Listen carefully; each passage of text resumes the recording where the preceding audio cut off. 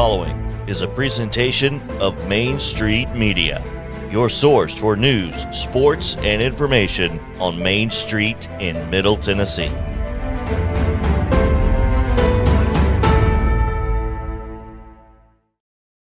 Sounds like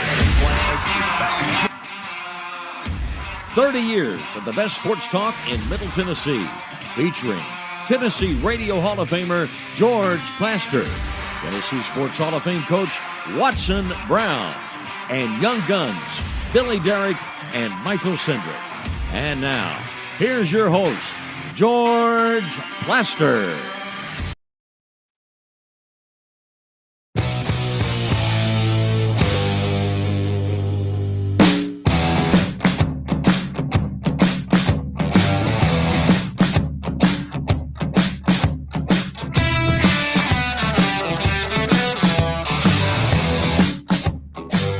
Hello again, everybody. Welcome in. It's a beautiful Thursday in Nashville, Tennessee. We got a lot of things to get to, so let's not waste any time. We've got an action-packed show, Underdog Picks at 5 o'clock. Let's say hello as we call roll and head up to the plateau and say hello to the man, Watson Brown. Watson, how are you? Hi, George. What's going on? How are you today? You're not in the sun field. Not yet. The sun's got to come to me. Right. It's got to come to me. It will be here in plenty of time, so I'll have to run over there and close the curtains and keep from getting and put my suntan lotion on about 5:10. Yeah. Excuse me, 6:45. Billy, how George, are you doing? I'm good. I'm in the middle now. I guess this is my show now. Fine, I'll leave. No, but you got to do your own production at your house, Watson. We got to do our own. We've got work. Hey, man, we're work people. Oh yeah, we get down and dirty. We do our own work. I love it. Unless it's grass cutting. Unless it's grass cutting, and then there's two of us that will do that. And yeah. One is willing, as cheap as he is, he's willing to pay for his grass getting cut. What does that tell you about cutting grass? Well, I'm sure Billy does a lot. We've not asked him. George, I'll come cut your grass anytime you need. Yeah. Do you cut your parents' grass? I used to. We live on more land now, so. Really? My dad does it with his big old lawnmower. Uh-huh. Well, then bring it over and cut mine as well. We'll save on. How many acres you got, George? Close to an acre. Okay. Yeah, it's not like Watson's estate. I mean, that thing's a mansion. This is the real question. Do you cut your own grass, Watson? Absolutely, I do. How long does that take? Brenda and I do. Well, I usually start on a Wednesday, and I'll cut part Wednesday, then part Thursday, then part Friday. So it's a 3-day deal. So it's done by the weekend. Unless my wife helps. We both have mowers. So when she does it, we can do it in a day when she helps me. Man, that is riveting info. Thank you for sharing that. I knew that would be big to the show today. But yeah. I just answer the questions I'm asked, George. Right. That's all Billy just asked me a question. I just answered the question. Yeah. I think this would be a good time to say hello to Terry McCormick and intro his daily Titans update. Let's bring him up there. There he is. How are you, Terrence? Good. How are you, George? Good. Are we beginning with an injury report? We are. Would you like to hear it? Oh, I'm glued to the set. Let me know. Okay. Well, there are 3 Titans who did not practice today, and that is certainly concerning news when I tell you who the 3 players are. Christian Fulton with a hamstring injury, Dontrell Hilliard with a hamstring injury, and Kyle Phillips with a shoulder injury. Now, they also had several guys who were limited. That's Ola Adaney with a neck. Ben Jones, they said that's not injury related. Jamarco Jones, elbow. Taylor Lewan, knee. Dylan Radin's neck. And then Lonnie Johnson, who missed last week's game, is on the injury report with a groin injury, but he was a full participant. So speculate for me, what's serious, what isn't? Well, anytime you're dealing with a hamstring injury, you certainly worry about that. With Christian Fulton, who is, despite the blown coverage he had that gave up the touchdown to Sterling Shepard on Sunday, is still one of your top cornerbacks. And then also you got to be concerned with Dontrell Hilliard, who had 2 touchdowns. So both those guys a little nicked up with some hamstring issues. The good news, of course, is that they play Monday nights, so they have an extra day to try and heal up. And then obviously Kyle Phillips, we saw in his debut, brings quite a bit to the table, not only as a slot receiver, but he is your primary punt returner. So if he's in trouble and not able to go or very limited, that means that they're going to have to do a lot of scrambling there in terms of who would man the slot and also who would return punts. What are you hearing on Josh Gordon? Well, he's still trying to get up to speed. He's still learning the playbook and getting acclimated to things here. I think, it's basically on an as-need basis. If he can get up to speed, they feel like he can contribute something to the offense, then they'll have him elevated for Monday night's game. If not, he'll stay on the practice squad and keep working that way. The big deal with Josh Gordon, of course, is he's not bringing anything to the table on special teams.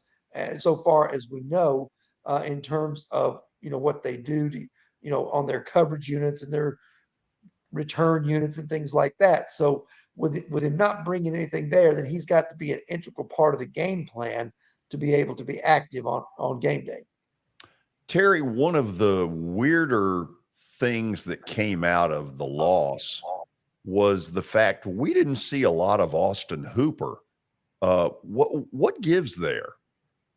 Yeah, I mean, it's a valid question. I think same thing can be said for both Hooper and Robert Woods and Nick Westbrook-Akina. Both of them, or all 3 of those guys, caught 1 pass apiece in the ball game. And, they were asked about it and basically, give a different variation of the same answer is, if you go out, you run your route, you get open, gain separation, then you just have to wait for the quarterback to see you and throw you the football. A lot of times those things aren't revealed until after they go back and watch the tape to see who was open on what play and those sorts of things so that they can make a mental note of it and maybe be able to incorporate it this week, some of the things that maybe they didn't see last week.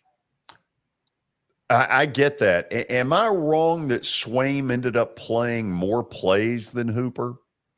Swaim ended up having the most plays of any of the 3 tight ends. And Mike Vrabel was asked that on Monday as to why that was. And he said that he is their best blocking tight end. And as you know, when you play on the Tennessee Titans offense, you have to be able to block. And they like the blocking of Jeff Swaim, the way he teams up with the tackles, the way he's an extension of that offensive line. And I think that's probably why he's getting a lot of the reps that he's getting. Okay, good report as always, Terry. We'll do it again tomorrow, same time, same place. Sounds good. That's Terry McCormick's daily Titans update here on the show. Billy, what do you got over there in update land?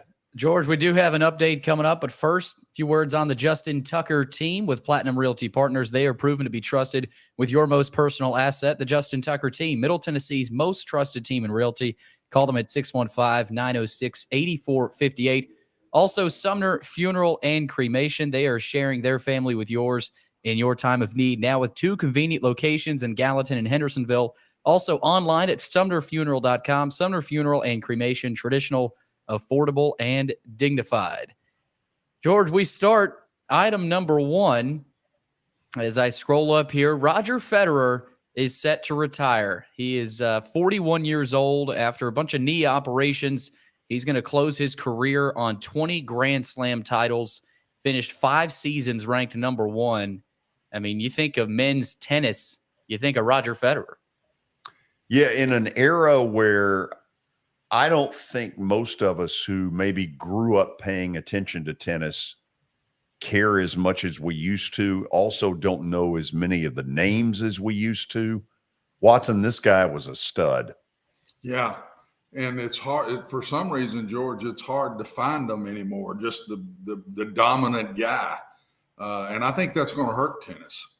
Seems like golf still has a way of bringing dominance out of 1 or 2 guys or something like that. But Tennis, to me, once these older guys now are gone, I don't know who it's going to be. I don't see it. This young kid that just Alvarez, or however you say his name now, kid's 19 years old, and man, is he a competitor. And you like him when you watch him play. So we'd like to see him become one of those guys. He's fun. Yeah, he is. Billy? George, next piece in the NFL, Jamal Adams is done for the season for the Seahawks. He is done after one game. He'll have season-ending surgery to repair his torn quad tendon, according to Ian Rappaport of the NFL Network. He played really well on Monday night. So tough blow. Oh, that's a bad loss for the Seahawks. Did you see how it happened? Did you all see it? No, help me. He sacked the quarterback. They brought him on a blitz, and he whiplashed himself doing it. Gosh, Georgia, you wonder, man, are these bodies getting so big and strong? I can remember whiplashes back in the day, and I don't remember just tearing a quad and you're gone like that. But that's what he did. He didn't get hit. He's sacking the quarterback, and he kind of got spun around, and his legs whipped. And he got up and came straight off the field. He got off the field. And now to have a torn quad, that's a pretty serious injury. That's not good. No. Listen to this one. This next one is crazy. Michael Jordan's jersey from The Last Dance, the game, that last game he played, of course, George, who'd they beat? Utah Jazz. He had a shot, I want to say, with like 3 seconds left. Right. That won them the game. And I think he was sick as a dog during that game. The Jordan flu game. So that jersey that he wore in that game just sold for $10.1 million. And good Lord. Crazy. I think he said it was Sotheby's auction. There's a ridiculous number. Hey, how about that, guys? You pay $10.1 million to catch the flu. Right. I mean, help me with this, Watson. Would it still be on the jersey somewhere to where the poor guy who gets it gets the flu? I don't know. I don't know. For his $10.1 million. Help me. Look, it'd be nice to have that in a rec room, but $10.1 million? Are you kidding? What a waste. Oh, there wouldn't be no rec room. There wouldn't be no house if I brought home a jersey that I paid $10.1 million for. Oh my God. I'd be a dead man. Do they say who the fool is that bought it? I don't know. I didn't see who bought it, but crazy number. I don't know that they're making that public. Ooh. They probably want to keep themselves hidden. Wow. Man, that's crazy. 10.1. Unreal. George, also in the NBA, LeBron James has come out and said that the NBA got the Robert Sarver decision wrong. And, LeBron has been a big proponent of Adam Silver and has stood up for him and has been a big fan of his. Not on this one. But not on this one. Watson, when you read the things that went on there, it's pretty disturbing. I think LeBron's right about this. I don't think this guy should ever be back in this league. It's disturbing. It's hard for me to comment because I don't know NBA. We've watched some of the NFL stuff. It seems like the NBA doesn't deal with this very often. I don't know why. Maybe they do, and I just don't pay attention. I don't know what their rules are, but it don't get much worse when you read it. I mean, no, other than going to jail for life or something. I mean, this is pretty serious stuff. At least it's better than the NFL, which is watch Daniel Snyder act like a total jerk and nothing ever happens. And still hasn't. And I don't know what they're doing. I mean, I don't know what they're doing. Yeah. It's a little bit like Deshaun Watson. We kept saying, well, it'll be tomorrow. It's going to be tomorrow. They're going to make a decision. And maybe nothing happens. So I don't know. I thought the guy'd already be out of the league personally. Crazy. After the break, we're going to go up to Buffalo and we'll talk with John Murphy, who is part of the Bills radio network and a very talented announcer. I think you'll enjoy the interview. Then Watson and I will talk a little bit about Monday night's matchup Then we'll get into SEC spreads, Underdog Picks at 5 o'clock. Busy day on the show. This is Main Street Media Television.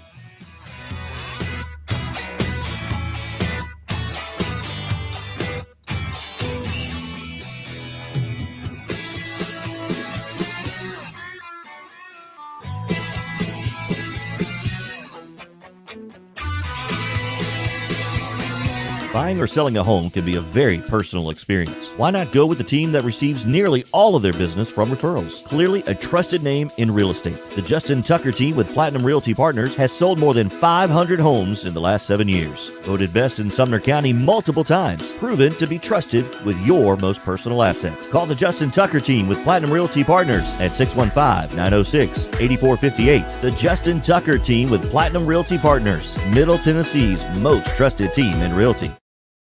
I highly recommend Sumner Funeral and Cremation because of their caring nature and attentiveness to detail. Pre-planning your funeral now will bring you peace of mind and less stress to your loved ones. When the chaos of losing you happens, your family can honor and celebrate your life, knowing things are happening just as you wanted them to. Pre-planning determines the details of your funeral, cemetery services, and can be less expensive. We are honored to serve you and are always here for you in your time of need. Sumner Funeral and Cremation. Traditional, affordable, dignified. SumnerFuneral.com. Jody Jones Dentistry can handle all your dental needs, from the basics to cosmetic procedures. All of this in the nicest dental facility I have ever seen. Jody has done it right. They're located conveniently at 55 Music Square East, and for an appointment, it's simple. Dial 615-259-5100 and tell them Plaz sent you.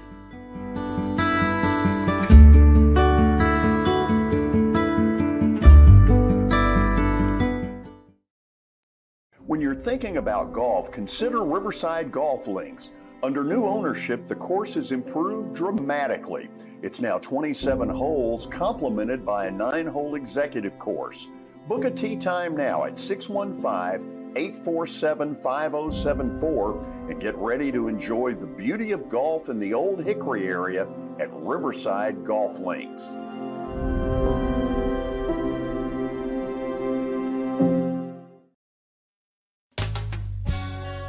I'm Bart Durham. I was sworn in as a lawyer in 1963, and I've been working as a lawyer since then. We're a firm that does exclusively personal injury, a lot of tractor-trailer crashes. Insurance companies will open up their checkbooks when you force them to.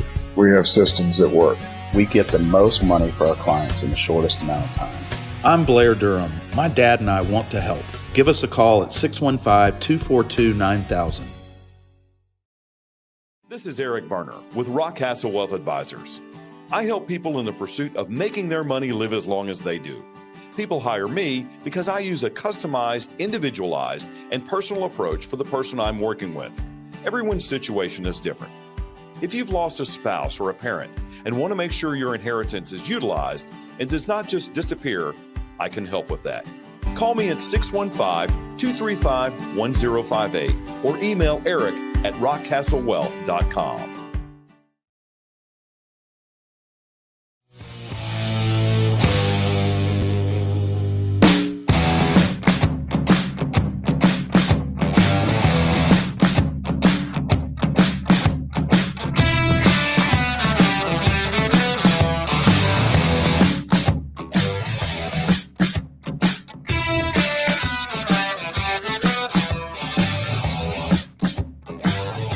We're back. As most of you know, Buffalo's been established as a double-digit 10-point favorite for Monday night's game up there against the Titans.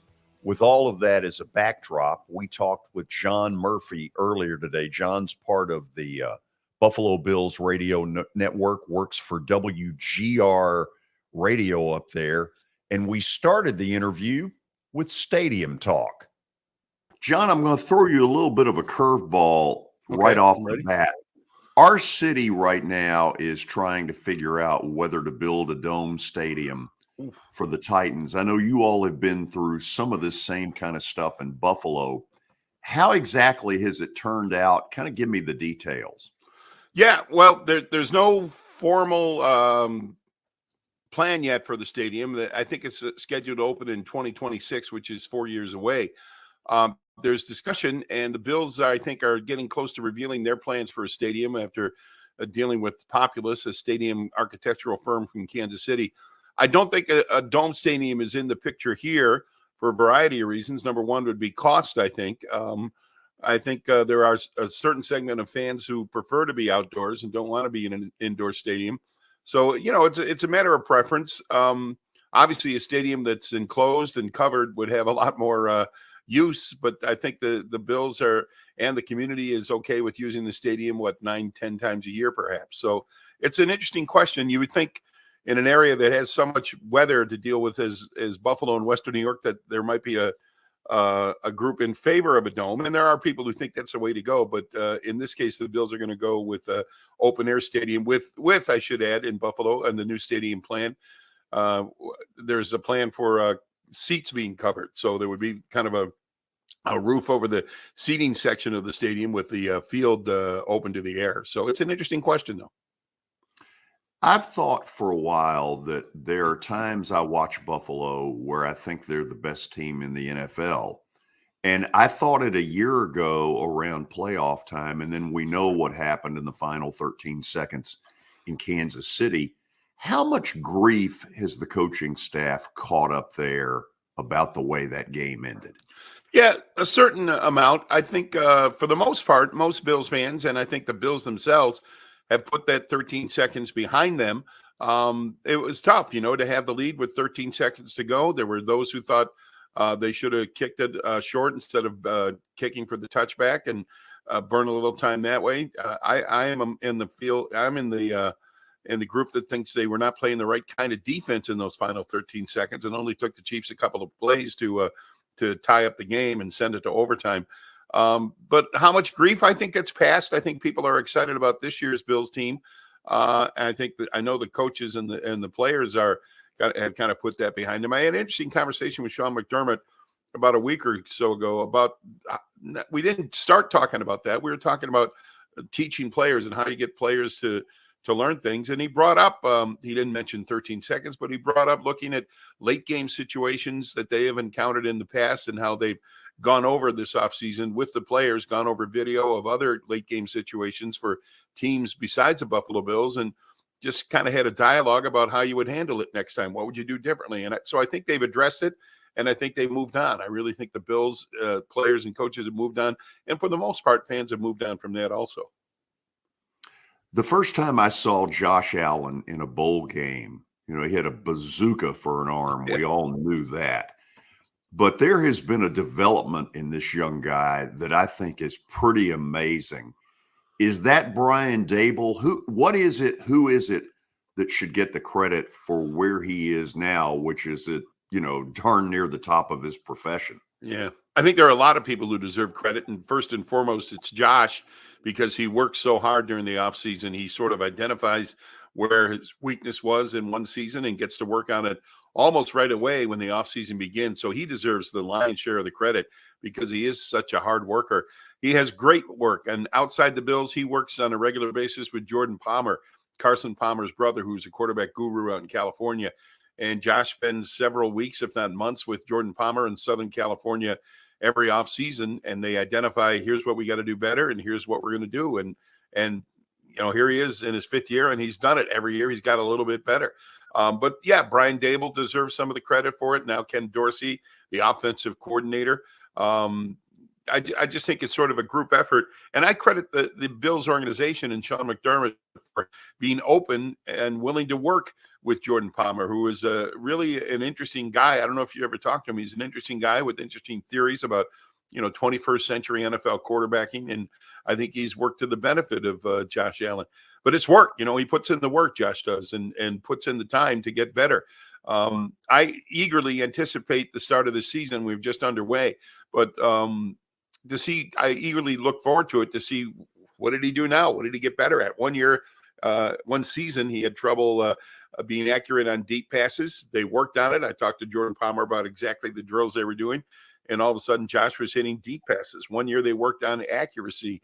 I mean, I sense that this year Josh is in full command of this offense, and even with the new offensive coordinator in Ken Dorsey, they are running essentially the same offense. And I think that's where the biggest area of improvement for Josh might be this year, is just in his command of the offense and his knowledge of what he can get done in this offense. But it's really fun to watch.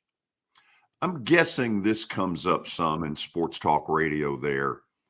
They've got this big lead against the Rams, 3 touchdowns, and I'm sitting there watching, and I cringed when, Josh continues to run the football and he's taking shots. And I'm saying, wait a minute, you can't do that when you've got the game in hand. Does that come up much there? Yeah. Oh, yeah. People have talked about that all week since the Rams game. It was interesting. The Rams game was interesting. The Bills won going away. They won 31-10, obviously, but it was 10-10 at halftime. And I think, and I haven't really nailed it down, whose decision was it or what went into the decision. But I think in the second half, they decided, hey, we've got to run Josh a little bit more. He had 1 run in the first half and 9 runs in the second half. Not all of them called. Sometimes he's scrambling, but several of them called. And I think they saw something on video during the game and from the sidelines that led them to believe that they could make hay with Josh running the football. And they did. He rounded up. He was the leading rusher and obviously passer in the game for Buffalo. Look, it's an important part of Buffalo's offense. They don't want to do away with it.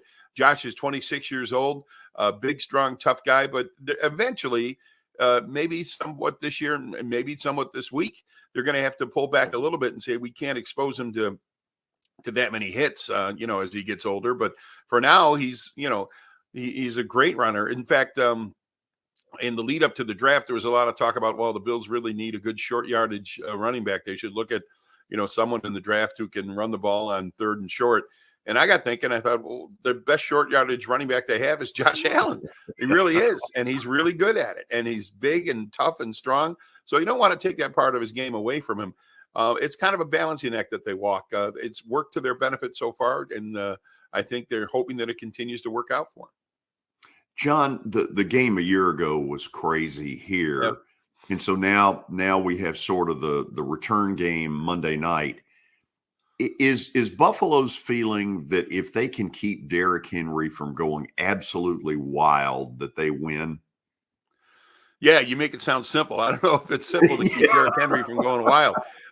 He went wild in that game, in October of 2021. He is a great running back who, I watched just last night, watched the Giants and Titans game over again and scratched my head and said, boy, I hope they only run Derrick Henry that many times because they seem to run him twice as much against the Bills last year. He's a great running back. And what's troubling, I guess troubling as much as I would get troubled, but what's troubling to me is the fact that last year's Bills team had trouble, obviously, with Derrick Henry. They had trouble with Jonathan Taylor and the Colts a month later in November at home, and they lost that game. It's the type of attack, the type of approach that gives the Bills fits, a physical running game. And last year, they were not equipped to stop that. Are they this year? I think they're better equipped, quite frankly. They have put a lot of money and effort into building up their defensive line. They have a solid 8-man rotation on the defensive line. They have a couple of good linebackers, but, the proof is in the pudding. We'll see how it turns out. Because it does hit the Bills where they were most vulnerable last year, that is, in stopping the run. We'll see if they are still vulnerable in that area starting Monday night. Hey, if you've got any messages for Pete Weber, this is a good way to get him out there because he's probably watching. Yeah, I love Pete. Pete and I did AAA baseball, Buffalo Bison baseball, for about 4 years together. He's, I know people in Nashville know him as the voice of hockey, the Predators hockey. He is a great baseball announcer. He really is, and a lot of fun to work with. He actually worked on the Bills for a year or two during the Super Bowl era. So he's you're in good hands with Pete, both in terms of hockey and everything else. I consider him a good friend. Amen. Listen, thank you for the visit, John. Really appreciate it. My pleasure. Thanks, George. Okay, Watson, I want to ask you about the Jordan Palmer stuff that he brought up. If you were a head coach on the pro football level, and I'm guessing the quarterback comes to you and says, I want to work with somebody outside of here, how would you feel about that? I wouldn't be big on it, but if it was real big to the young man, I think I've never had it happen. I think what I would do is want to talk to the guy who's going to work with it and say, okay, where are we headed here? Because there's certain fundamentals that I wouldn't have wanted changed. And so when I hear that, I hear it much more on the pro level, the Manning camp in the summer where all these guys go. But I don't think they get deep into the little things that you would worry about that they might be teaching him, that maybe you want him to do certain things because of the way you run your offense or something like that. But I never had it happen, George. I cringe when I hear it, but I also seen it be successful. So in that way, if a kid was strong enough with me, I'd have to let him do it. It's the off season. He's going back to somewhere. He's working hard. He's trying to get better. It would be hard for me to say no, but I'd want to get involved and find out what's been taught. What kind of stuff do you think they work on? Sounds to me like, right, just listening to that interview, is Josh goes out with, from his coaches, things that they think he needs to get better at. They take it to Carson's brother, and that's what they work on. That's what it sounded to me. And if I'm a pro player, that's the way I'd want to get better. You don't go out and work on just pure fundamental on that. You want to say, I'm struggling on moving around in the pocket and keeping my eyes on targets. And so the guy comes up with ways to help you with that. I'm struggling to my left as I'm throwing the ball. I seem to throw high when I'm going to my left. You go work on that. I think that's what they do more than where's your feet, where's your elbow, how are you delivering the ball? I think it's more precise stuff with the NFL guy. It seems to me that where it would really rub, where you would have some problems, is offensive coordinator to guru, because the offensive coordinator is saying, wait a minute, what you're saying is that what I'm doing isn't good enough. Well, I think that's more college. The NFL guys are a lot more player friendly. And if a player comes and says, this is the way I want to do this, I think they're much more so, all right, prove me you can do it that way and let's go. Now, if you can't, I'm going to get involved again. But I don't think the pro guys, George, coach the way the college guys do. And honestly, that's why I think certain pro guys have not been good. College guys hadn't been good pro coaches. Steve Spurrier went to the pros, had to go back to college. Lou Holtz went to the pros, had to go back to college. And we've just seen it with Urban Meyer. I think sometimes those college guys go in with this my way or the highway thought. Oh, absolutely. That ain't flying in the NFL. And I one of the favorite things I always ask my players that went to the league, how's it different in the way you're coached there and the way you were coached here? And they say, Coach, if the player thinks that coach will can help them, they'll listen to them and do it exactly like they want. If that player doesn't think that guy can help them, they do their own thing, and that guy's gone pretty quick. He's out of there. So it's a little bit different relationship, I think, on the NFL level than the college level. Do you think you would have been a good pro offensive coordinator? And did you ever really seriously consider that possibility? No, I had 2 or 3 opportunities. One of them being the head coach at Vanderbilt about middle of my time there. And I won't get into who and what, but I was offered one and I turned it down. Now looking back on it, I think I would have been real good because I was tough on the kids, but I never embarrassed them. That wasn't my deal. And I'd find ways to get on them without it getting personal. Not that that's right or wrong. That was just the way I was. And a lot of people got a lot of different ways to skin a cat that won a lot more games than I won. So, but I think my personality and the way I handle players, I would have been a good pro guy. When I was younger, George, I just never, ever really considered it. Yeah. So you never asked a quarterback, hey, do you even know how to read? No, I've asked you that, but I've never asked the quarterback that. But,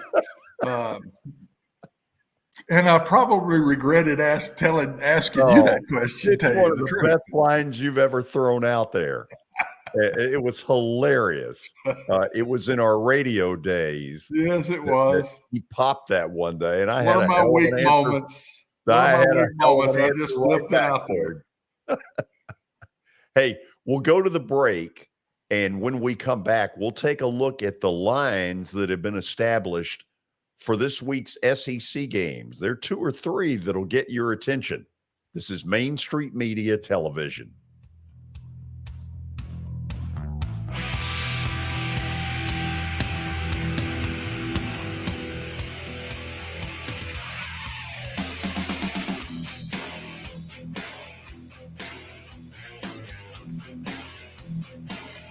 For Dustin Timmons and Joey Donnelly, they welcome every opportunity to serve and satisfy their clients. Whether you are looking to build your dream home or renovate your current home, their team will ensure that every client and remodel is unique, luxurious, completed on time, and within budget. Contact them today to set an appointment for a free consultation or to view some of their completed projects by logging on to DonnellyTimmons.com.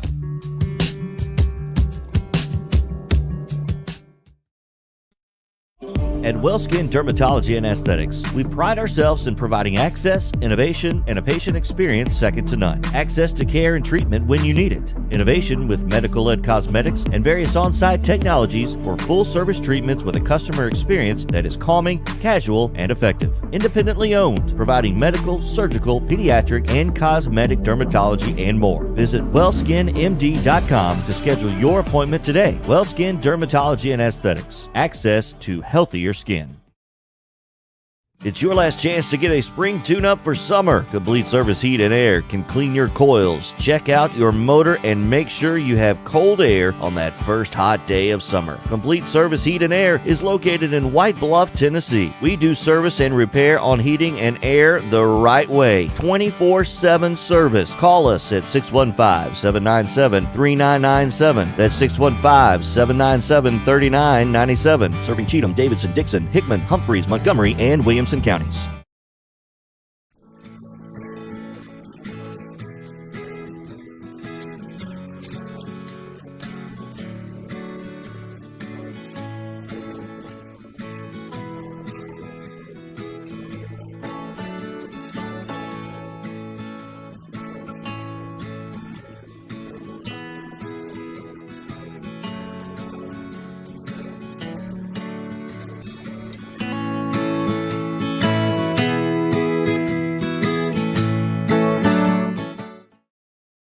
Have you heard about the high levels of radon in Middle Tennessee? Radon gas is the second leading cause of lung cancer, second only to smoking, and has no color, no taste, and no smell. The only way to know if you have radon is to test for it. Duret Radon Mitigation offers testing for small and large-scale residential and commercial properties, plus mitigation services. Visit DuretRadonMitigation.com to request testing or get a free estimate for mitigation. That's DuretRadonMitigation.com. Since 1865, the First Baptist Church of Gallatin on Winchester Street has served its community by catering to the least, the last, and the lost, providing a church of welcome used by God to save the lost, transform the saved, and impact its community. As a proud multi-ethnic congregation, Pastor Derek Jackson personally welcomes you to join them in fellowship Sunday mornings at 8 in person or at 10:45 in person or online at firstbaptistgallatin.org. First Baptist Gallatin on Winchester Street, serving with open arms as a true church of welcome.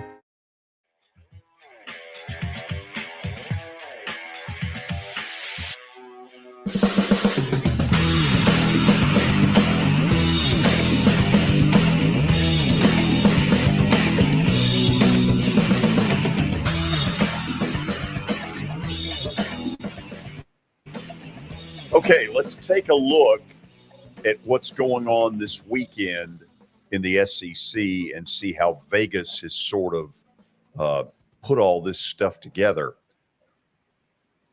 Is that the first one? That is the first one, George. Is it really? We're going random order here. Okay.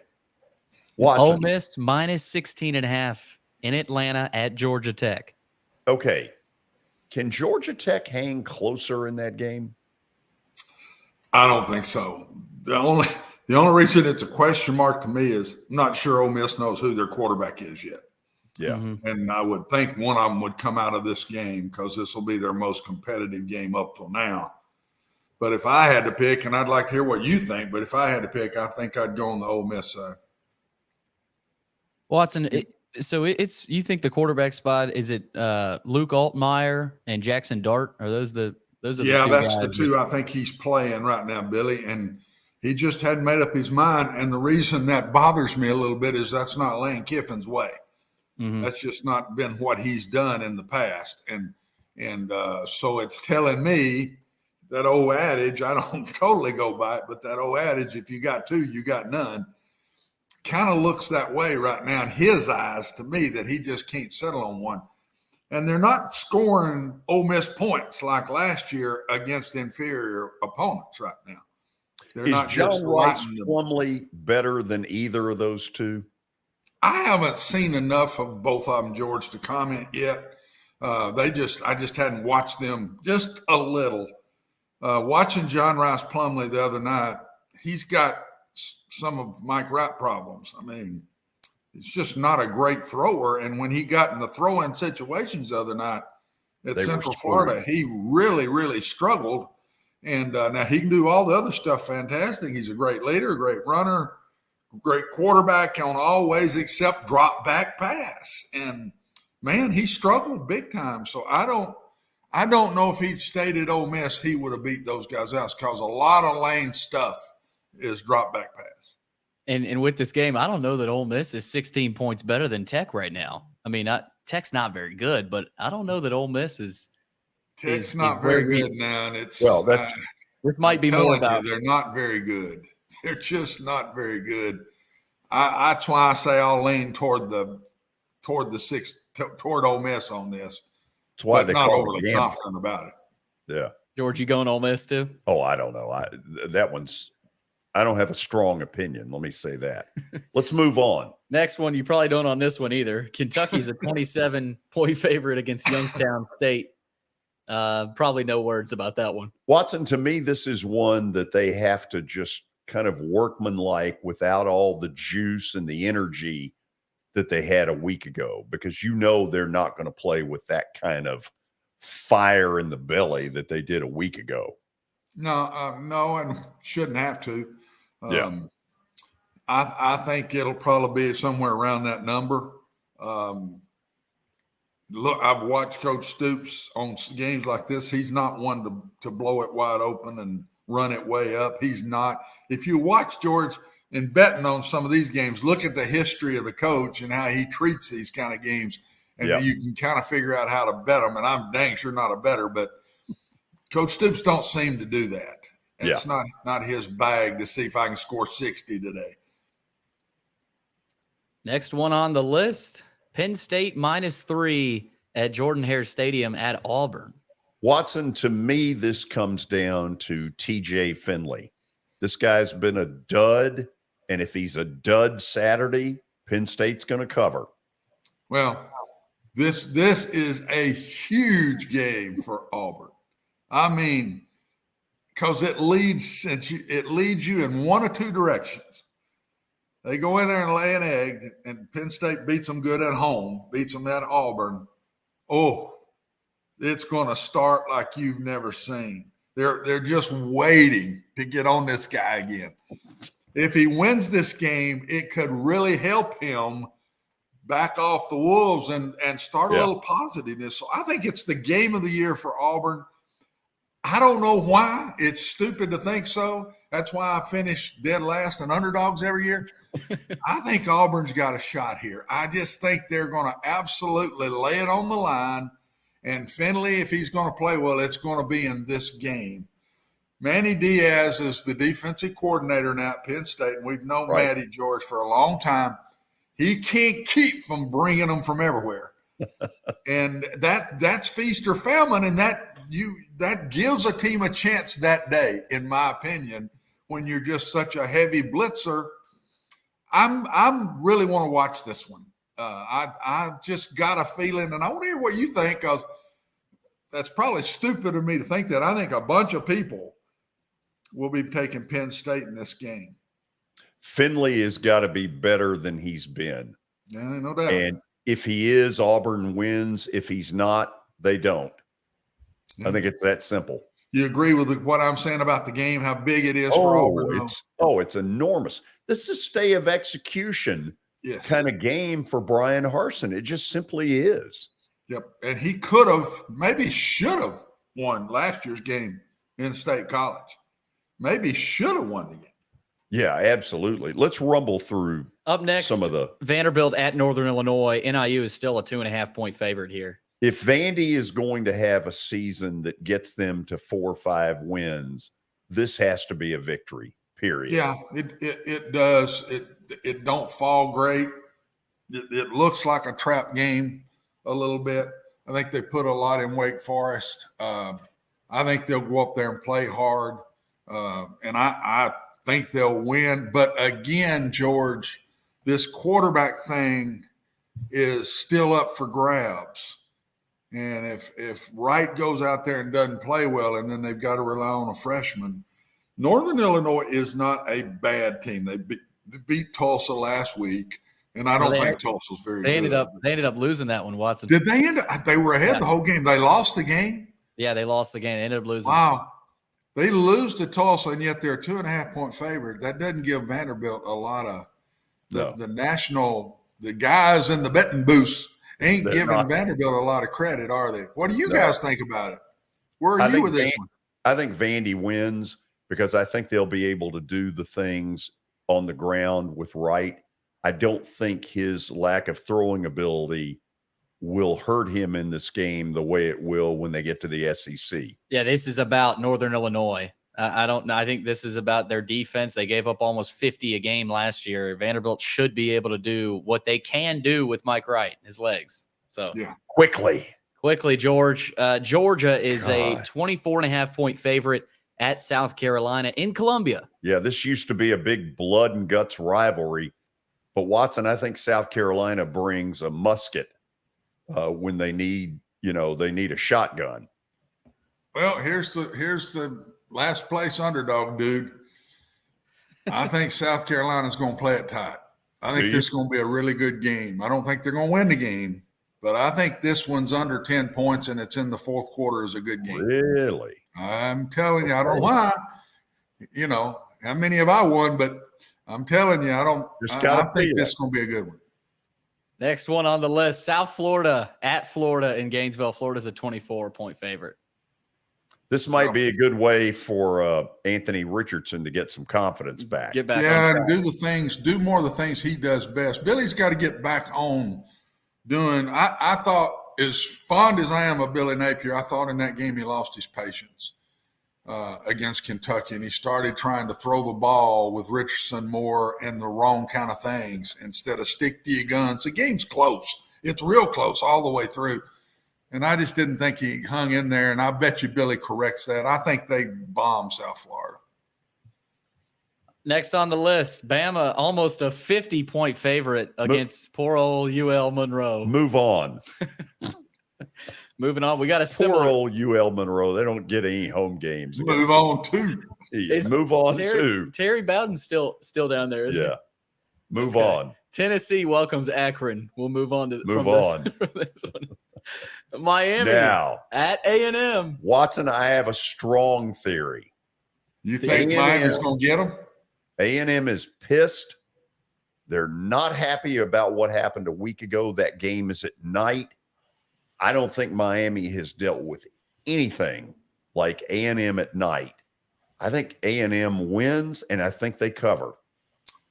Yeah, I do too. Miami hadn't been impressive yet either. And A night game at A&M, I know how that is, and everybody is ticked. I can tell you this: if they were to lose that game, Coach might not get out of the stadium alive. Moving he might on. not get out of there, and there'd be a bunch of people they could call culprits that did it. George, that's it in the SEC. That's it. That's it. Wait in the a SEC. minute. Hold on a second. Watson, I got a quiz for you. Oh, God. This one did not come up. Arkansas is a 24-point pick over Missouri State. Who is the coach at Missouri State? Petrino. Petrino. Bobby who was Petrino. at Arkansas forever. Yeah. So what are you saying? Well, I think are you saying Bobby's going to upset Arkansas? No, I think it's a good day for people to come to the game and get after Petrino. Well, I think they should come in motorcycles. Well, I heard a bunch of talk. I heard a bunch of talk about they should Bobby Petrino should roll up in a motorcycle and a neck brace to the Oh get my to the God. state. Oh, good Lord. With the volleyball coach on the back seat. Wow. Didn't expect to hear that. I heard some of that too. Some of that was out there. Sometimes the truth hurts. That's all. Yeah, this was a better segment than I anticipated. We'll go to the break and then stat of the day followed by Underdog Picks. Get ready. This is Main Street Media Television.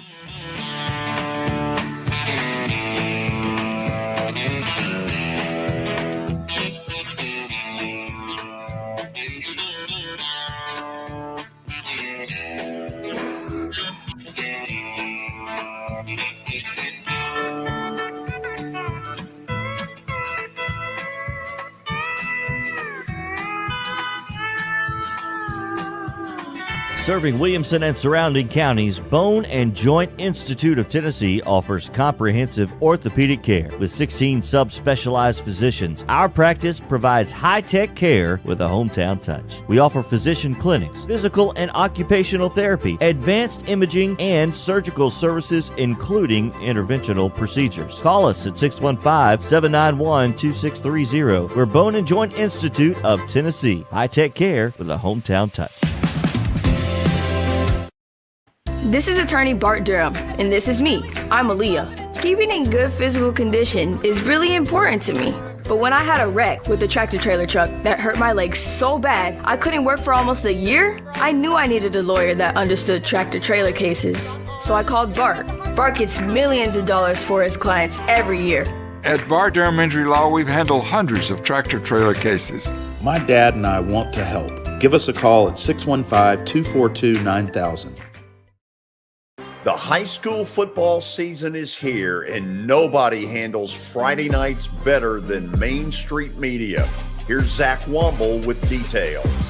That's the name of the game here at Main Street Media and Main Street Preps. Is, we've been doing this for a long time now, and I think you hit on it. We've got an army of reporters across all of Middle Tennessee. I think there's about 130 schools in the Middle Tennessee area, and we try to cover all of them. We cover about 11, 12 counties at this point. And those Friday night shows, it's we're gonna show that off. We're gonna showcase the talent that we have on the field with reporters across several mid-state games on the weekly basis. So whether you're in Williamson County, whether you're in Giles County or Murray County or Montgomery or Robertson or anywhere in between, we're gonna have you covered from 6 to 11. Friday Night Live is presented by the Tennessee Highway Safety Office, where fans don't let fans drive drunk.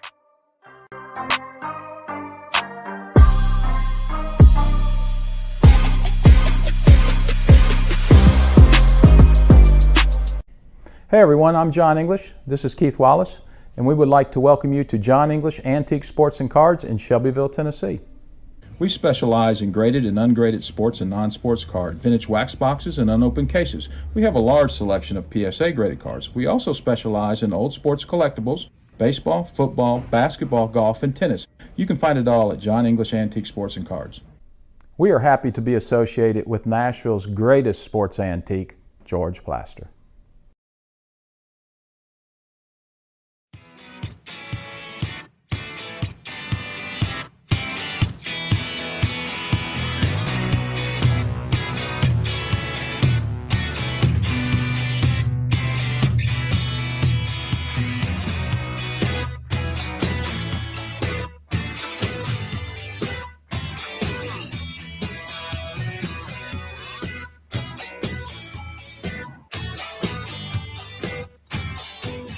Welcome back into the George Plaster Show. It is now time for Stat of the Day, powered by John English Vintage Sports and Cards. They specialize in antique and historical sports equipment, games, advertising, and other sport-related items.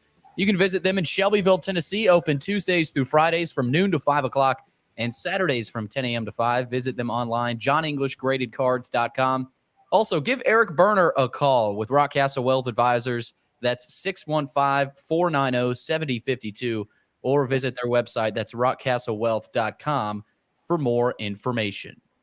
All right, let's get to the stat of the day for today. Which current starting NFL quarterback has this career record that's shown below, 61-61-2? Talk about average. Watson.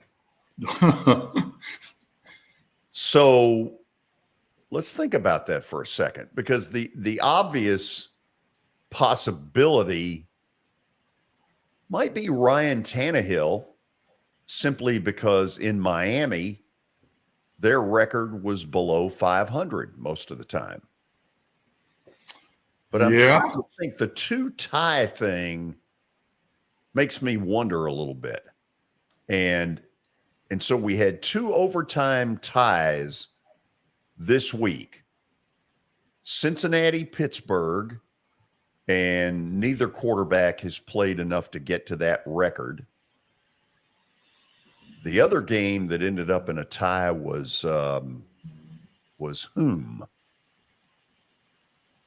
It was the Colts. The Colts and the Texans. Okay.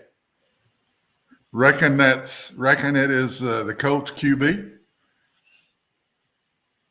Matt Ryan. They went to a Super Bowl. Matt Ryan has played in the NFL, what, 14 years? That's way more games than that number. You know what? I think it's Ryan Tannehill. What do you think, Watson? I'm going with Matt Ryan or Derek Carr. Both of them have not been on great teams. Now Derek Carr, hold on a second. Now that's an interesting thought you've put out there. 120. You know what? You stick with Derek Carr. I'll go with Tannehill. I think one of the two is going to pop up on that screen. All right, let's see.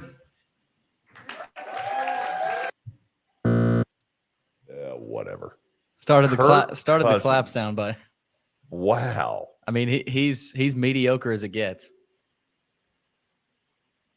Hey, Willie, I can see you in the background. Did you have it? But he can't hear you, George. He's not on. That's good. Well, we'll ask him here in a minute. So we have reached the 5 o'clock hour. Yes, we have. We have reached it. We've got Underdog Picks coming up. But first, some words from Middle Tennessee Bone and Joint. They combine state-of-the-art orthopedic service with a family atmosphere. Whether it's a sports injury, a sprained ankle, or a major joint replacement, MTBJ has the staff, training, and equipment needed to take care of any patient in any circumstance. Their mission is to provide high-quality, specialized orthopedic care in a compassionate manner to the people of Columbia and Middle Tennessee. Visit them online. That's mtbj.net for more information. Okay, it is time for Underdog Picks. Let me bring the panel in here. Let me start with Willie, because Willie was always the trivia guru. Willie, did you have it? I did not, but I was backing up my pick. I was doing my final research for this week's Underdog pick. So I was not completely engaged in the stat of the day, but I was enjoying you talk about the two ties that happened in the NFL. Last I checked, Pittsburgh did kick a field goal to win the game against Cincinnati. That was not a tie. Oh, that's right. Yes, they did. That's right. Part of the reason that Willie has come on so strong here, Watson, is that in another underdog thing, Willie seems to have trouble finding the game. And so I've just blurted out, it's a college game, which is the same as sort of saying, look, you idiot. And so he's getting even for that. Is that true? Yes. It is. Is that anything, George, like you said, when you can't bet on a game that only has one side of a stadium? Is that in the same boat with that? Same kind of deal. Same kind of deal? Yeah. Let's say hello to Darren McFarland. Darren, did you know the answer? I did not. I got in at the end, so I only saw the answer, so I don't know. It must have been who was the average quarterback in the league. I don't know. I just saw the answer, Kirk Cousins, so I don't know. 61, 61, and 2. I'm not surprised. Yeah. His buttocks seems to get tight in big games. Wow. Buttocks. What's his record, Billy, in, I guess, Sunday night games, Monday night games, Thursday night games? You're saying that when the lights are turned on, he's 1-12. I think we lost Darren there for a little bit. He had a good trivia question coming up. Oh, I don't think he had the answer. I think he was just sort of making a point. Is he with us? Well, he's frozen, so I think we've lost Darren. My God. The only winner of the group. So is Ted Williams. Hold on. I don't believe that you finally got that one, Watson. Jeez, that's bad, George. I know. That one took a while. So what do we do about Darren? How do we unfreeze him? I don't know. This is not good. Oh, my goodness. Let's see if we can get him back in here. Okay. Now we've got a black screen for Darren. That's nice. So are you, even with Darren frozen, are you going to review what went on last week? Let's go ahead and review as we work to get Darren back in here as we begin Underdog Picks, of course, powered by Sir Speedy. Whether you need top-notch printing, custom web design, or a direct mail marketing campaign, they are ready to help. Get the quality products, services, and experience your business deserves. Partner with Sir Speedy today by logging onto their website at sirspeedy.com. We start. The first result of the weekend, George had Navy plus 5.5. Navy sucks. And they got boat raced. Memphis destroys Navy 37-13. George falls to 0-2. Wow. I mean, the Tigers aren't a slouch, but man, Navy looked awful. It's Navy is awful. I mean, really, did you see any of it? I did not. I did not see that one. I was going to throw in there after he recaps, but I'll do it now. Did any of us even have a thought about Appalachian State, Georgia Southern, or Marshall, the three humongous underdog winners from the past week? I know. Say those again. Appalachian State. Nope. Georgia Southern. Nope. Over Nebraska. Marshall over Notre Dame. I can tell you I did not contemplate any of those three. No. It's a tragedy. That was tough. But we got Watson, a little bit closer result here. He had Baylor plus 3.5. BYU ended up winning that one late at night in overtime. Watson falls to 0-2. But Watson, you escaped it because I'm sure you didn't see the end of that game. How much of that game did you see? I watched it till half, and I might have dozed off some in the second quarter, but I went to bed thinking I was going to win this one. It's a little bit just like Purdue was the week before. It looked like they're going to win the game, and I don't know if these two coaches got something against me or what, but just blew it in the fourth quarter in both games. Tough break for Watson. So Watson loses as well. Watson and George both 0-2. And we move on to Darren. Darren's back, by the way. He's alive. He is alive. He's back. Can we bring him up? Yeah, there's Darren. Just so people don't think he's Ted Williams. You like that line? Yeah, I like that. Yeah. What happened to you? I don't know. Technology, Technology happened. You just had a big freeze. I feel like you were getting to my pick, and that's probably why I froze. No, we weren't there yet. No, we were on Kirk Cousins when you froze up. Yeah. And you were asking a trivia question about his. No, I think he was just sort of taking a little shot and saying, he's not big in big games.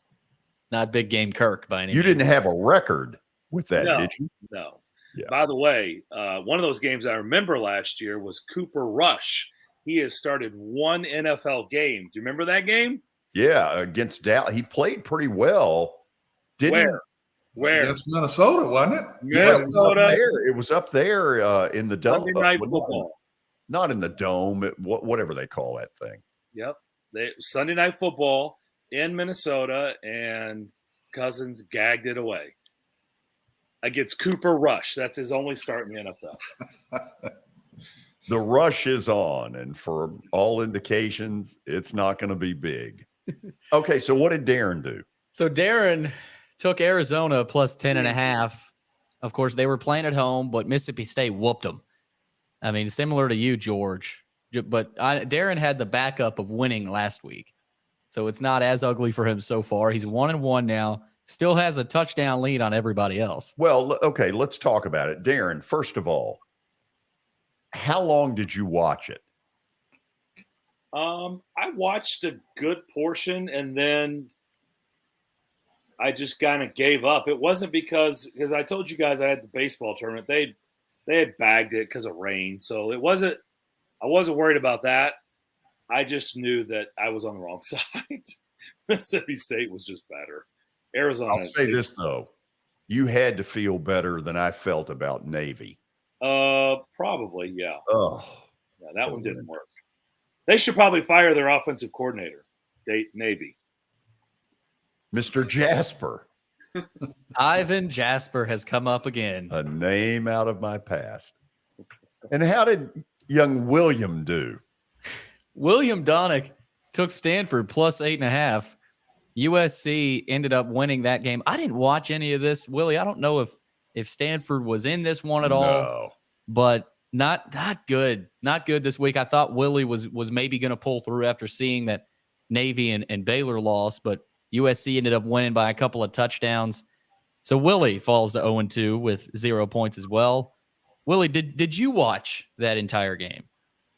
No, I didn't. I somehow it didn't rain on our side of the neighborhood. We got our fall baseball games in, so I didn't see a lot of the Saturday night. But I do know this: 41-28 was not indicative of that game. USC pummeled them. It was not that close. There was some late touchdowns to make the score look a little bit better for Stanford, but that was not close. How do we bounce back, guys? I mean, this is a brutal week. I don't know that we can have another one like this and have a total bounce back effort.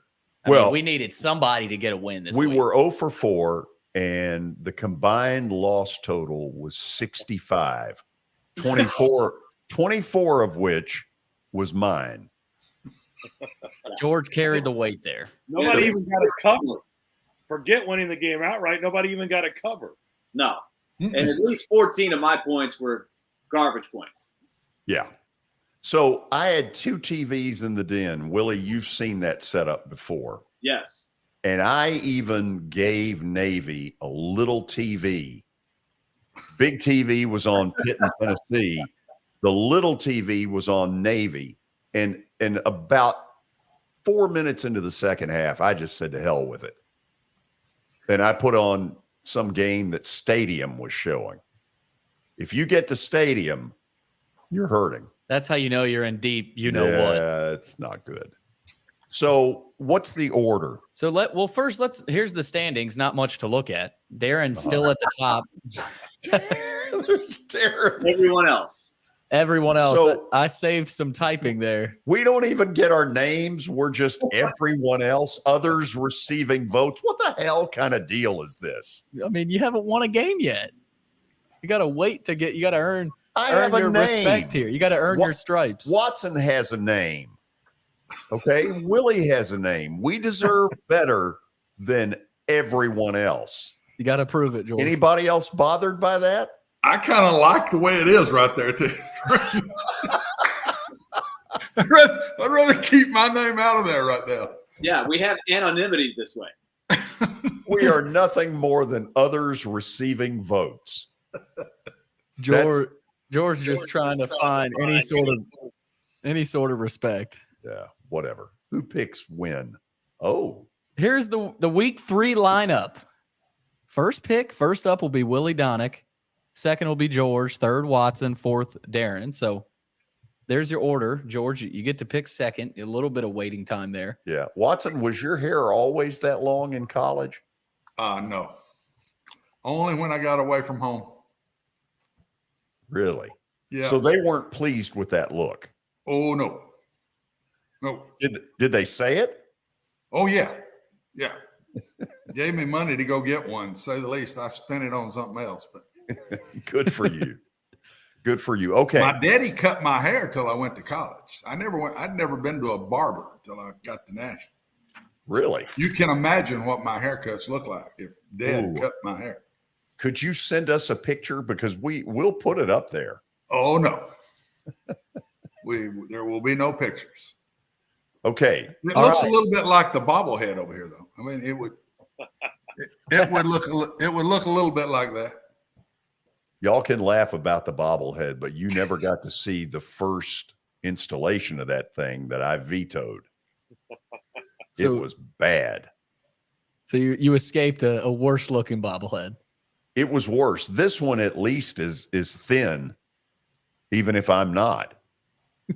So do we go to a break here? Don't you think that'd be a good idea? That would be a good idea, George. And what's the order? The order, Willie, number 1, as you see on the screen. George, you will be number 2. Yes. Watson, number 3. And Darren gets all the time in the world to see everybody else's picks and then see what he's working with. Underdog Picks next. This is Main Street Media Television.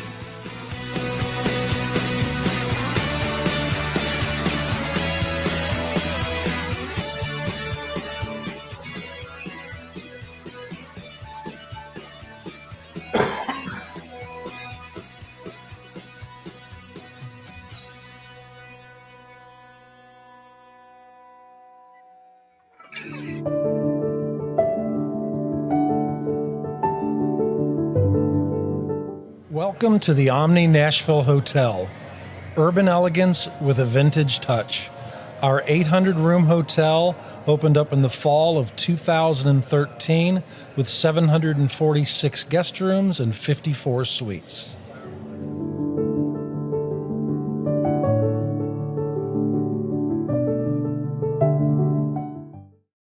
When you're thinking about golf, consider Riverside Golf Links. Under new ownership, the course has improved dramatically. It's now 27 holes, complemented by a 9-hole executive course. Book a tee time now at 615-847-5074 and get ready to enjoy the beauty of golf in the Old Hickory area at Riverside Golf Links.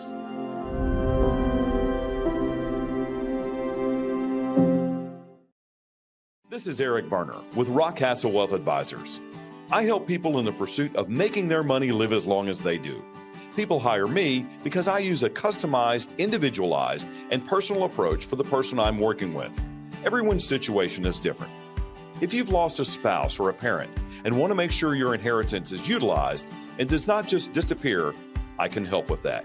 Call me at 615-235-1058 or email eric@rockcastlewealth.com.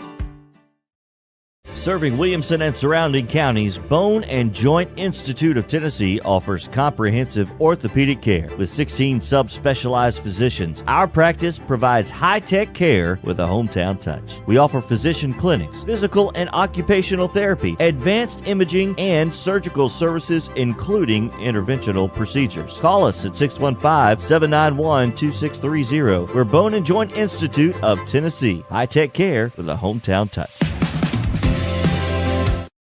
For Dustin Timmons and Joey Donnelly, they welcome every opportunity to serve and satisfy their clients. Whether you are looking to build your dream home or renovate your current home, their team will ensure that every client and remodel is unique, luxurious, completed on time, and within budget. Contact them today to set an appointment for a free consultation or to view some of their completed projects by logging on to DonnellyTimmons.com.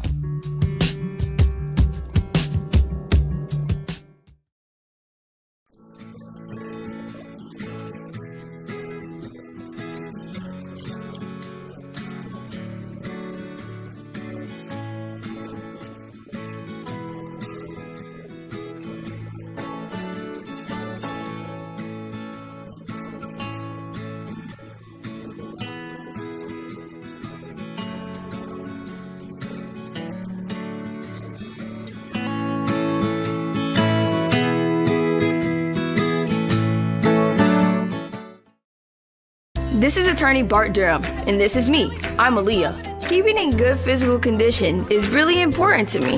But when I had a wreck with a tractor trailer truck that hurt my legs so bad I couldn't work for almost a year, I knew I needed a lawyer that understood tractor trailer cases. So I called Bart. Bart gets millions of dollars for his clients every year. At Bar Durham Injury Law, we've handled hundreds of tractor trailer cases. My dad and I want to help. Give us a call at 615-242-9000. Jody Jones Dentistry can handle all your dental needs, from the basics to cosmetic procedures. All of this in the nicest dental facility I have ever seen. Jody has done it right. They're located conveniently at 55 Music Square East, and for an appointment, it's simple. Dial 615-259-5100 and tell them Plaz sent you.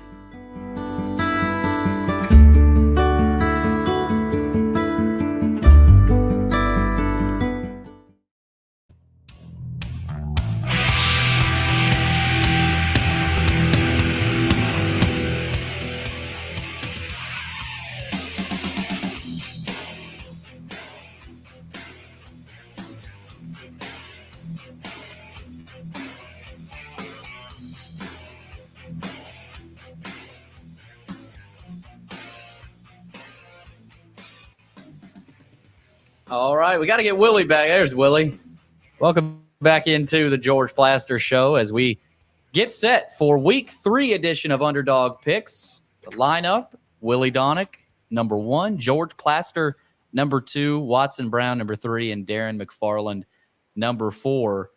Willie, we start with you. 0-2 start to the season. I wouldn't say your 2 losses have been, whiplashes, but they've definitely been losses that you can recover from. So, Willie, I'm interested. I'm always interested in every week, but this one, I expect you to get off the schneid. 0-3. I expect you to do better. Welcome to everyone else land. Yep, you're only as good as their next game. We gotta find a way to get a W here. So I have the first pick. I am going Rock Chalk Jayhawk, the Kansas Jayhawks. Wow.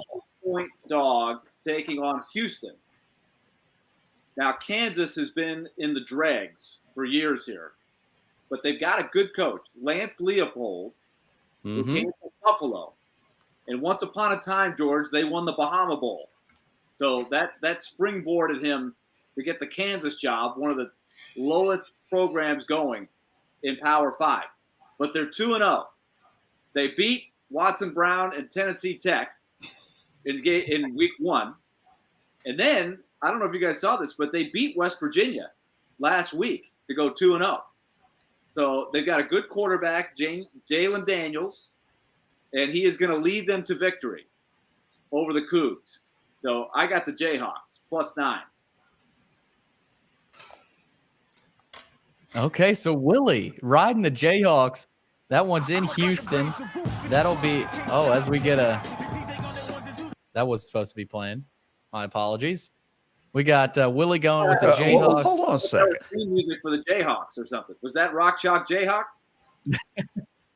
No, the Jayhawks don't get theme music. But okay, so Willie's taking Kansas. Okay, so let's just ask, Watson, were they on your list? Yes. They were on my list. They were on mine. Darren, how about you? 100% yes. Ooh. Wow. So that's what you get, Willie, going first. All right. Stealing some picks from people already. And Darren's revealing his list already. That's a good sign when you steal one from Darren. Darren, how deep's your list? Got about 10 teams. Do you really? Yeah. That's what it takes. Do you? Yeah, guys, I think we can win this week. Okay. Yeah. There's some winners out there, Darren says. He's confident. All right, so Willie going with Kansas +9 over Houston. Afternoon kick, 3:30 in Houston. George, we got to get you off the schneid. Yeah. Darren, is FAU on your list? It is on my list. Good. Now they're on mine. Wow. Let me tell you why. Central Florida, Watson, is a fraud. Is this a book it? No. No. No. Won't be any parades this year, will there? No. You don't hear Danny White chirping any national titles there. They were in the second half last week.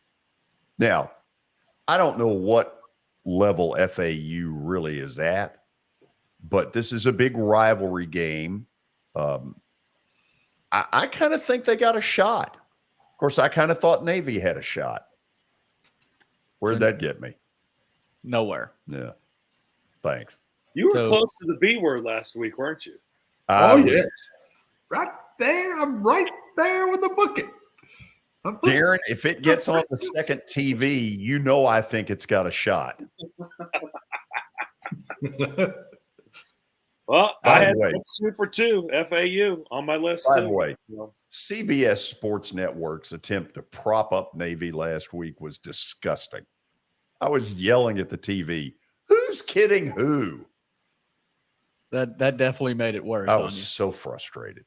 Very bitter. I don't know that we're going to be seeing any more buckets from you for a while, at least until after you get another win. Don't count on that. George, that's a night kick in Boca. Night kick in Boca Raton, UCF, and FAU. George is taking FAU. Is plus that 8. game on TV anywhere? I don't see that it's on TV anywhere. You know, CBS Sports Network, actually. Yeah, when all else fails, put it on CBS Sports Network. You going to have them on the small TV, George? No, I will not. No. No FAU. No FAU on the TV. Okay, so FAU plus 8 over UCF. Good pick. Solid pick. I'll be watching that. Yeah. All right, next up, we go to Watson Brown. And, of course, Watson, that you've had a couple brutal losses. I mean, you very easily could be 2-0. This week was brutal, 26-20 loss. BYU beating Baylor. So Watson, how are you gonna plan to bounce back this week? Well, I'm getting a little personal on this one. I had 3 that are on my list. I had 8. Darren said he had 10. I had 8, and 2 of them are already gone. But I looked at all 3 of the places I've coached. I looked at UAB, who's playing Georgia Southern. I looked at NIU and Vanderbilt. And I looked at Rice and Louisiana. And I'm going with Rice to upset Louisiana at home. And it's 11 points, I think.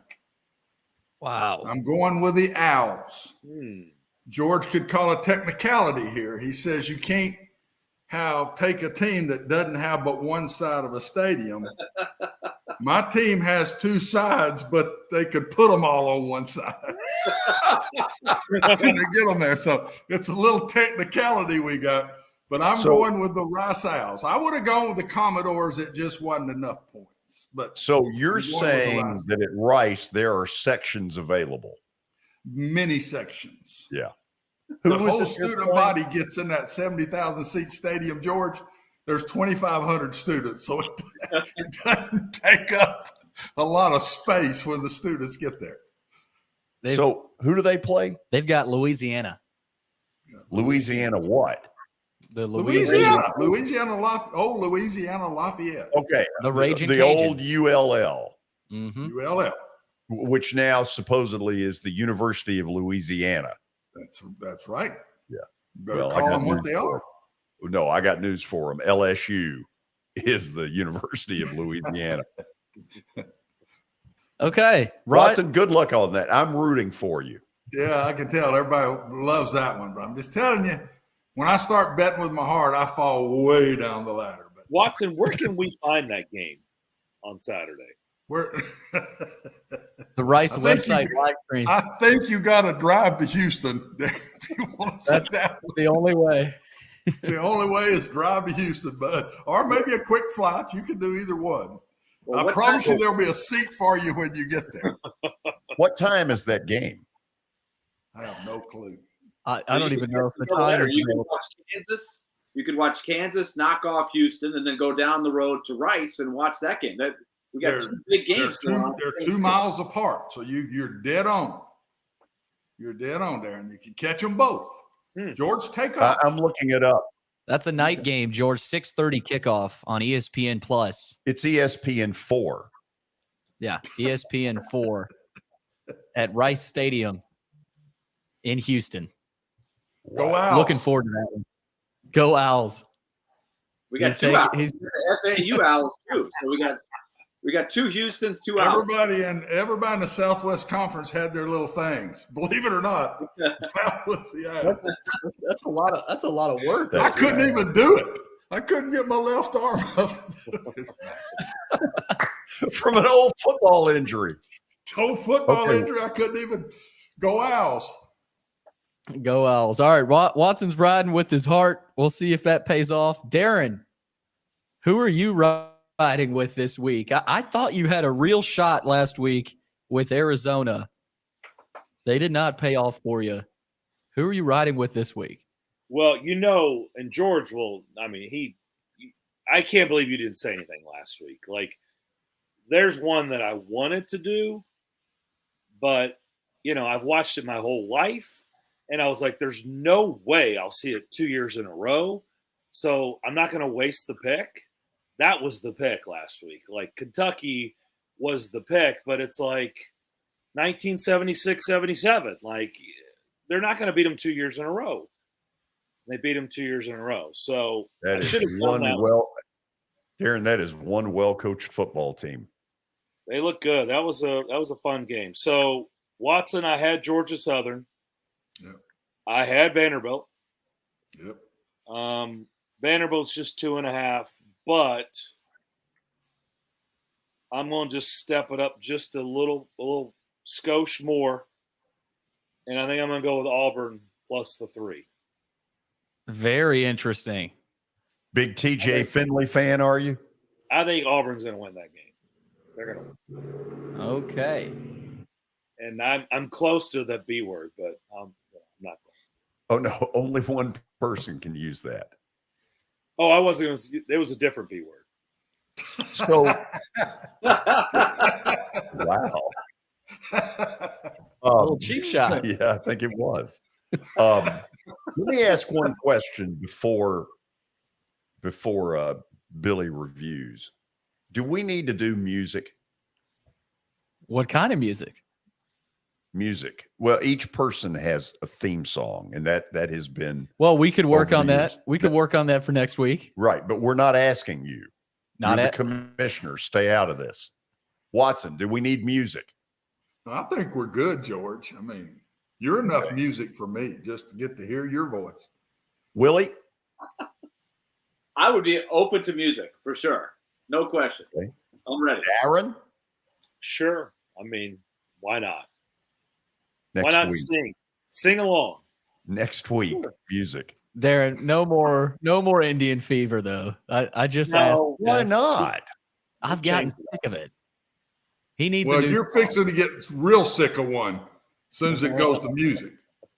It's going to be this every week. So if you want music, big boy, get ready for it. Because here it comes. That's my only statement to Darren. No, that's the only one he knows. He used it in every game last year. God, that's awful. Wow. I don't that's his music. I don't like his attitude. What is that? We playing the Tomahawk Chop? Yeah. That's what he's talking about. Oh man. Okay, let's This is going to be brutal. This is going to be brutal. All right, let's review. Willie takes Kansas +9 over the Houston Cougars. So we'll see about that. George takes FAU +8 over UCF. I've always been a big fan of FAU. So that's the first Owl matchup. And that is on the CBS Sports Network. Yeah, so get ready. How's that go? That owl is going to be flying into the ground soon. Looks like a drunk owl. I don't know what. It's hard for me to do it. Watson, you've got the Owls too. Rice +11 over Louisiana. Yeah. My Owls are going to beat Georgia's Owls. There's no doubt. Tickets still available for that one. Yes, there are. You can order them online at rice.com. And it'll probably get them for less than $1 if you just get after it. And then last but not least, Darren McFarland takes Auburn +3 over Penn State. I'd say that's the biggest gut check of the week. If he gets it, he gets it. It'll pay off. He'll be up 10.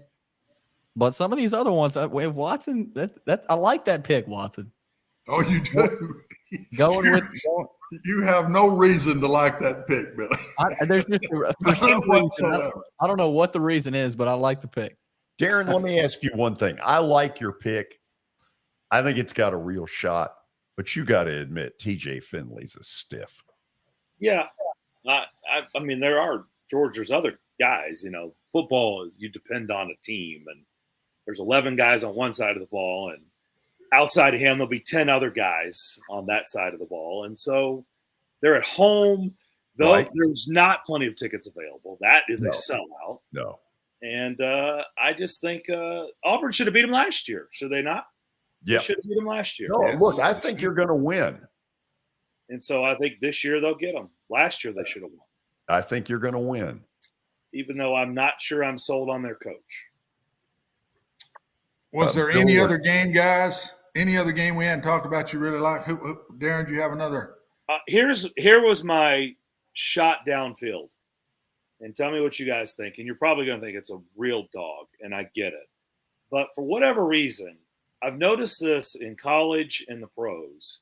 Whenever the coach gets shown the door, they tend to rise up. Everybody just writes them off, and they tend to win these games the next week with the interim guy. And Nebraska is probably the one I really wanted to pull the trigger on, but I didn't have the guts to do it. But I think Nebraska could be the sneaky upset pick next week. Or this week. And Darren, they hate Oklahoma. Believe me. Yep. And that state hates the University of Oklahoma. So there's a lot to that. And that was on my list. What about Michigan State? I really like that one. I have them in another competition. I think it's going to work. In an alternate universe. You have that game. And there's not like that is only 3 points. It's 3.5. Darren wanted to add the 3-pointers, no question. Those guys have a shot. George, I did consider the Commodores, but only 2.5. But I thought about picking it anyway, just so you and I could reminisce about our trip as the broadcast team, along with John Gromos, a scintillating 17-10 Commodore win up in DeKalb, Illinois. Y'all were there? Oh, yeah. Yeah, we were there. Did y'all know Vanderbilt is the only SEC team to ever play at NIU? And this is their second time. I think it's fair to say that that streak will probably continue. Northern Illinois plays whom next week, Darren? I don't know. They play Kentucky? I don't know. Yes, they do. Yes, they do. At Kentucky. How about that? They are pretty good. Their league. Northern Illinois is pretty good. They've got a Michigan State transfer, Rocky Lombardi, at quarterback. Oh, he's a stiff.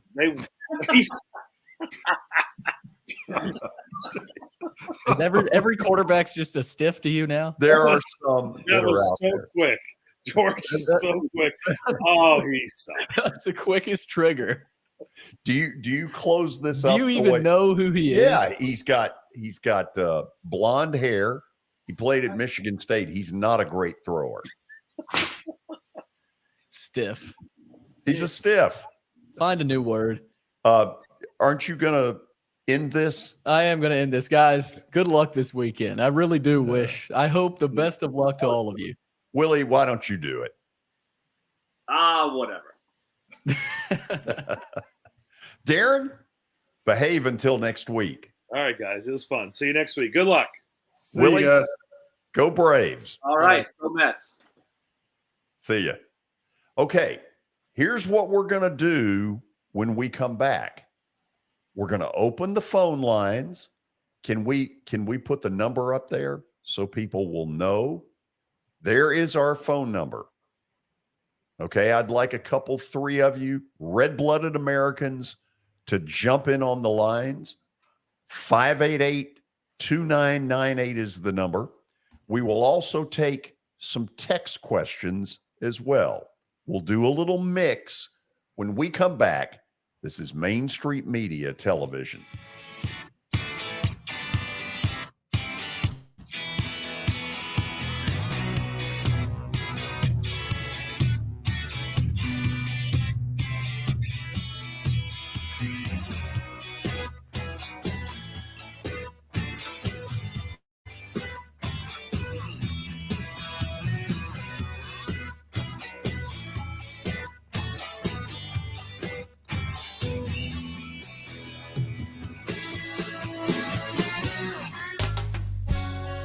I'm Bart Durham. I was sworn in as a lawyer in 1963, and I've been working as a lawyer since then. We're a firm that does exclusively personal injury, a lot of tractor trailer crashes.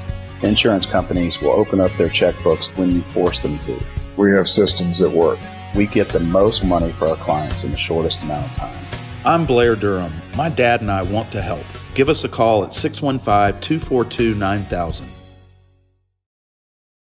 The high school football season is here, and nobody handles Friday nights better than Main Street Media. Here's Zach Womble with details. That's the name of the game here at Main Street Media and Main Street Preps. Is, we've been doing this for a long time now, and I think you hit on it. We've got an army of reporters across all of Middle Tennessee. I think there's about 130 schools in the Middle Tennessee area, and we try to cover all of them. We cover about 11, 12 counties at this point. And those Friday night shows, it's we're gonna show that off. We're gonna showcase the talent that we have on the field with reporters across several mid-state games on the weekly basis. So whether you're in Williamson County, whether you're in Giles County or Murray County or Montgomery or Robertson or anywhere in between, we're gonna have you covered from 6 to 11. Friday Night Live is presented by the Tennessee Highway Safety Office, where fans don't let fans drive drunk.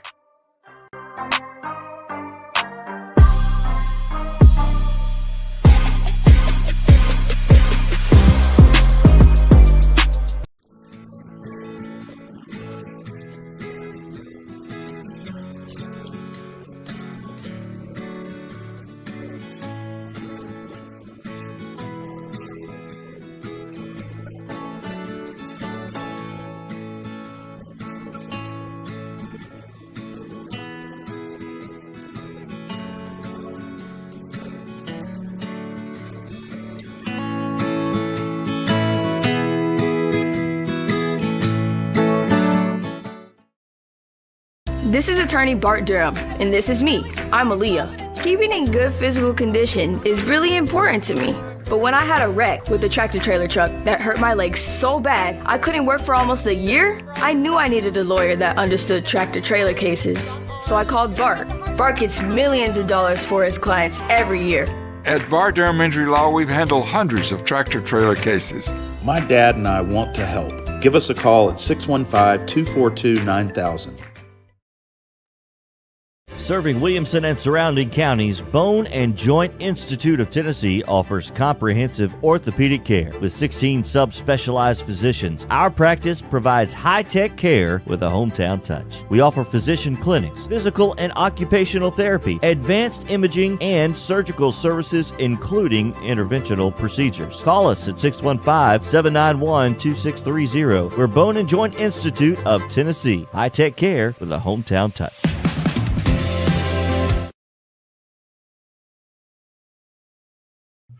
Tell us about One Stop Realty. So, as I've said before, George, One Stop Realty is the hometown brokerage for all your real estate needs. We've been around since 1974. I took ownership of the company in 2019. We've added agents. We have expanded into building up our property management. The growth with our agents is fantastic. We added 3 new agents in the past couple months. Angela Hyatt, Nathan Skelly, and Crystal Locke have all joined us, and they're going to be fantastic agents. They're ready to help you in all your residential, your commercial, property management, and auction needs. We are a family business, and we want to help your family find your next property in Middle Tennessee. Office number is 615-822-0750. My cell phone, 615-440-7011, or the website, onestoprealtytn.com. And you can also find us on Facebook. I encourage everybody to go out and like and follow our page, just as the same we did with George Plaster.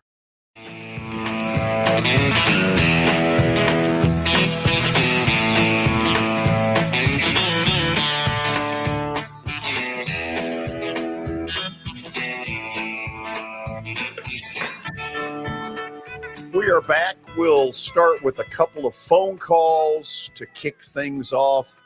Tony in Nolensville, how you doing? George, we're actually with Sam.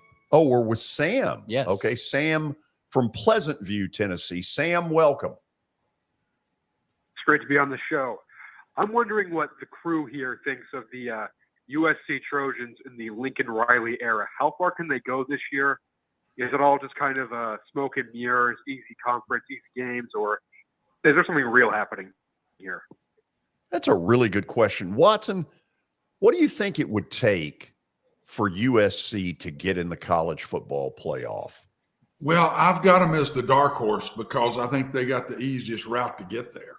The Pac-12 doesn't look strong to me, and Notre Dame doesn't look strong.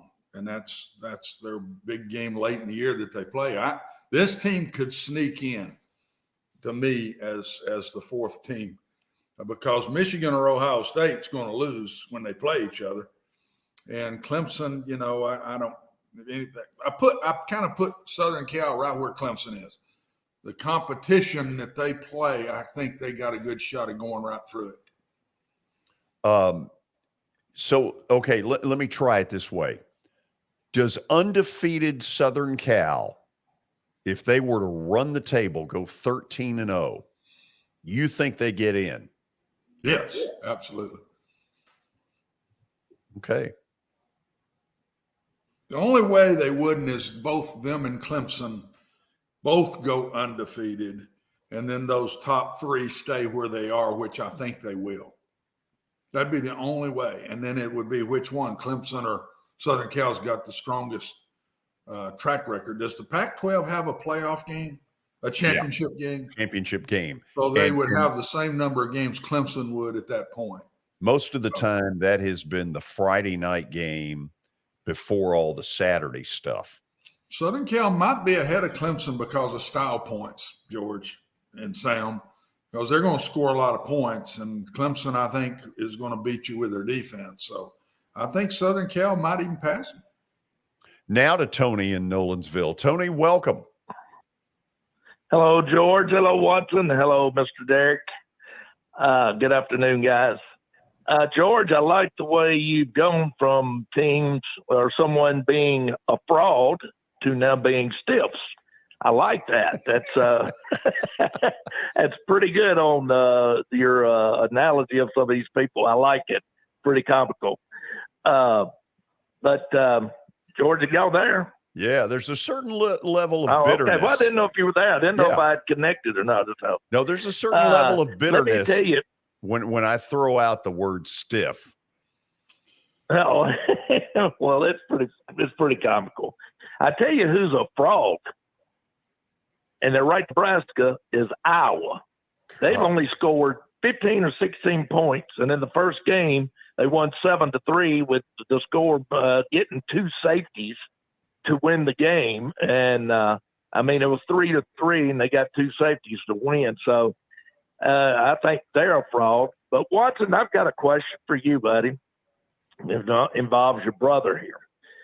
With their team, I personally think they're fortunate to be 2-0. I think at best they should be 1-1. Very possibly could have been 0-2. With the ACC, with the likes of Pittsburgh, Wake, tomorrow night you got Florida State and Louisville. Florida State, I think, picked their game up, and then you've still got Miami.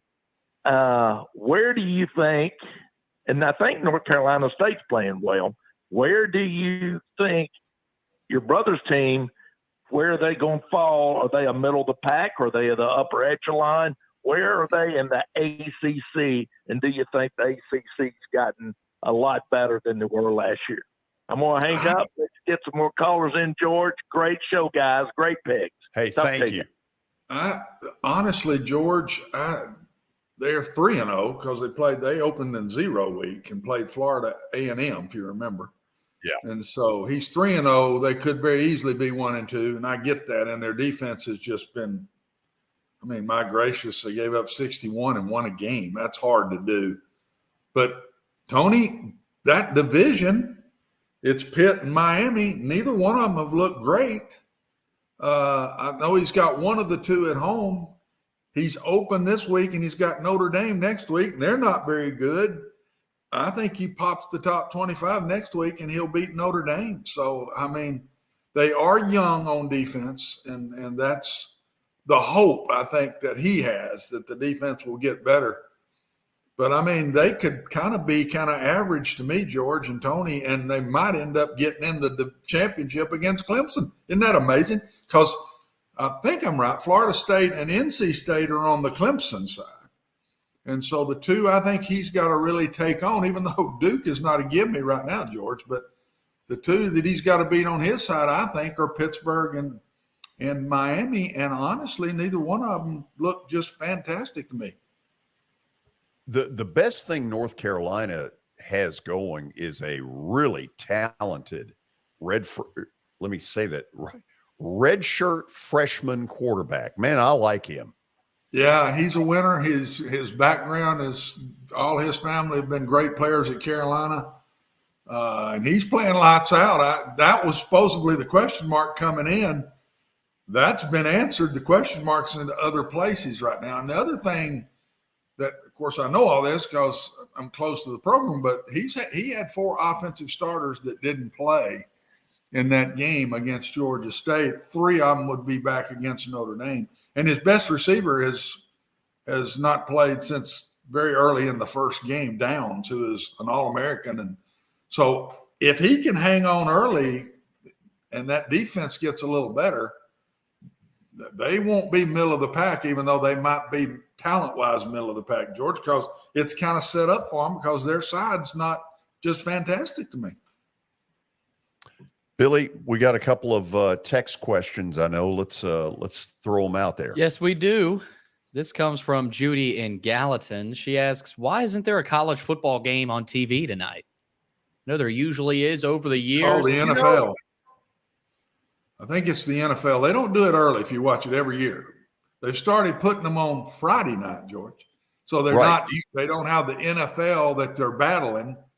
And so I think that's why they did. Now, later in the year, they start doing it anyway. But that's what I think it is. The NFL puts good games on Thursday night right now. They've started putting really good games. The one tonight's a great game. Oh, the one tonight. Kansas City and the Chargers. Yeah. And you stick a so-so game on ESPN tonight, their ratings I think would be awful. Get a test pattern. Yeah.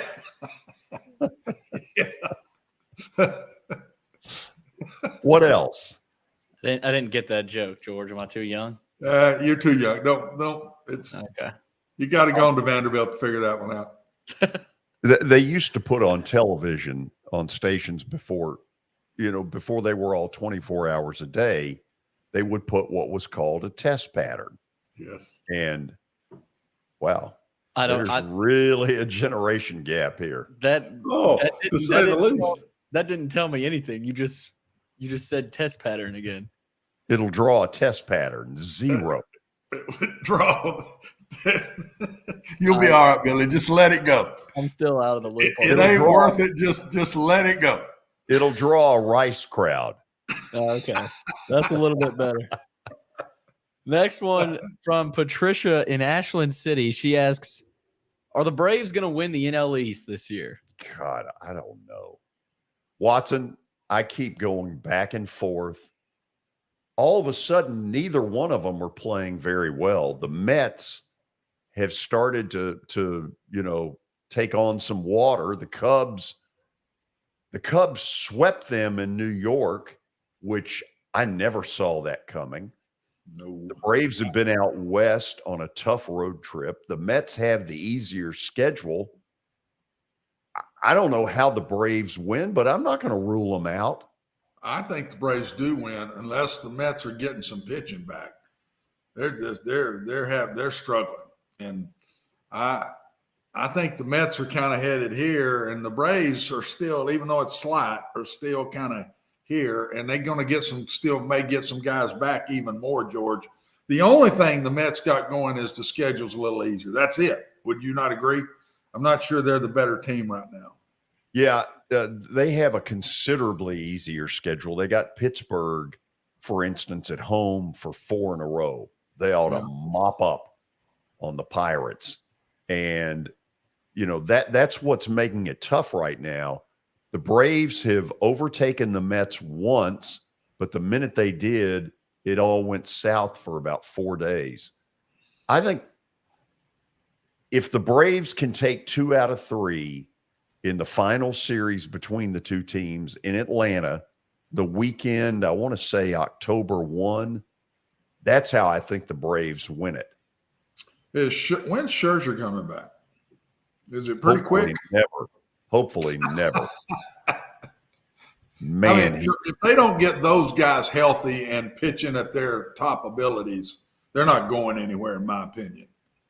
I have this thought from Tony. He wanted to respond. He said, I'm dying. The generation gap between young Derek and all of us, as wide as the Mississippi. There we go, Tony.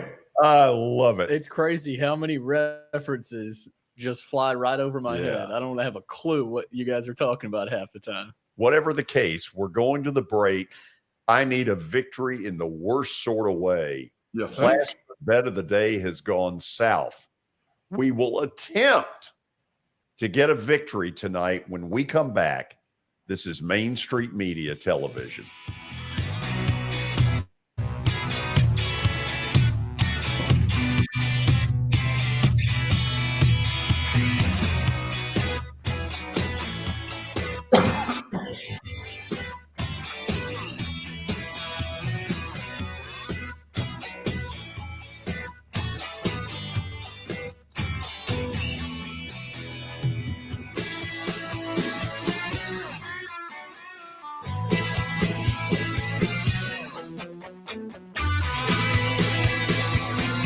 For Dustin Timmons and Joey Donnelly, they welcome every opportunity to serve and satisfy their clients. Whether you are looking to build your dream home or renovate your current home, their team will ensure that every client and remodel is unique, luxurious, completed on time, and within budget. Contact them today to set an appointment for a free consultation or to view some of their completed projects by logging on to DonnellyTimmons.com.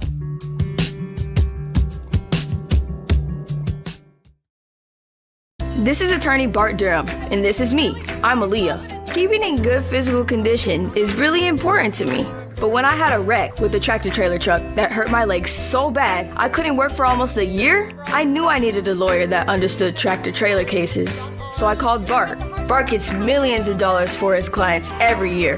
At Bart Durham Injury Law, we've handled hundreds of tractor trailer cases. My dad and I want to help. Give us a call at 615-242-9000.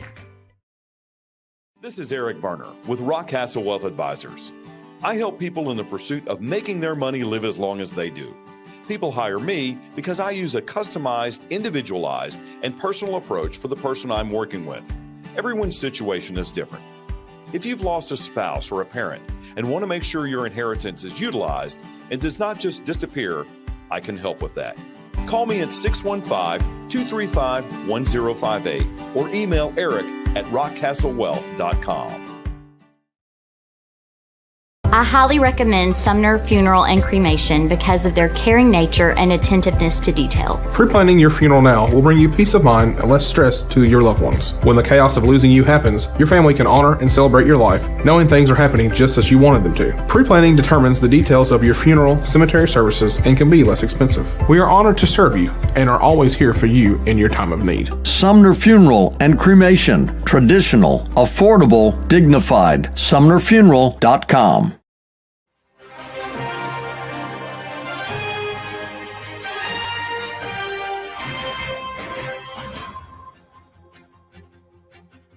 Breaking news. We've got Plaster's bet of the day coming right up for you. Of course, powered by the great folks at Bart Durham Injury Law. Since 1975, Bart Durham Injury Law has aggressively protected the rights of a broad range of victims of car accidents and personal injury in both Tennessee and Kentucky.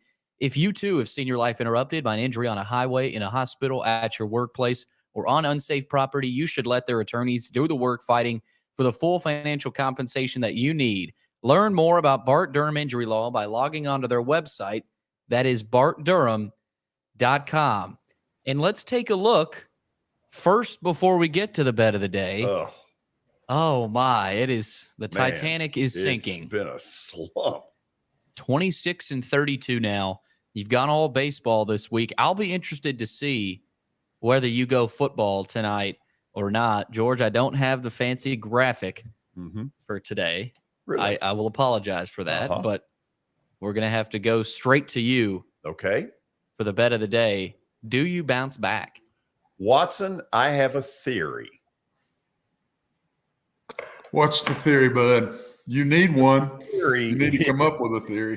The theory is that these Thursday night pro games, the visiting team having to travel on Wednesday has very little time for prep. And I think it shows up, and I think it shows up tonight.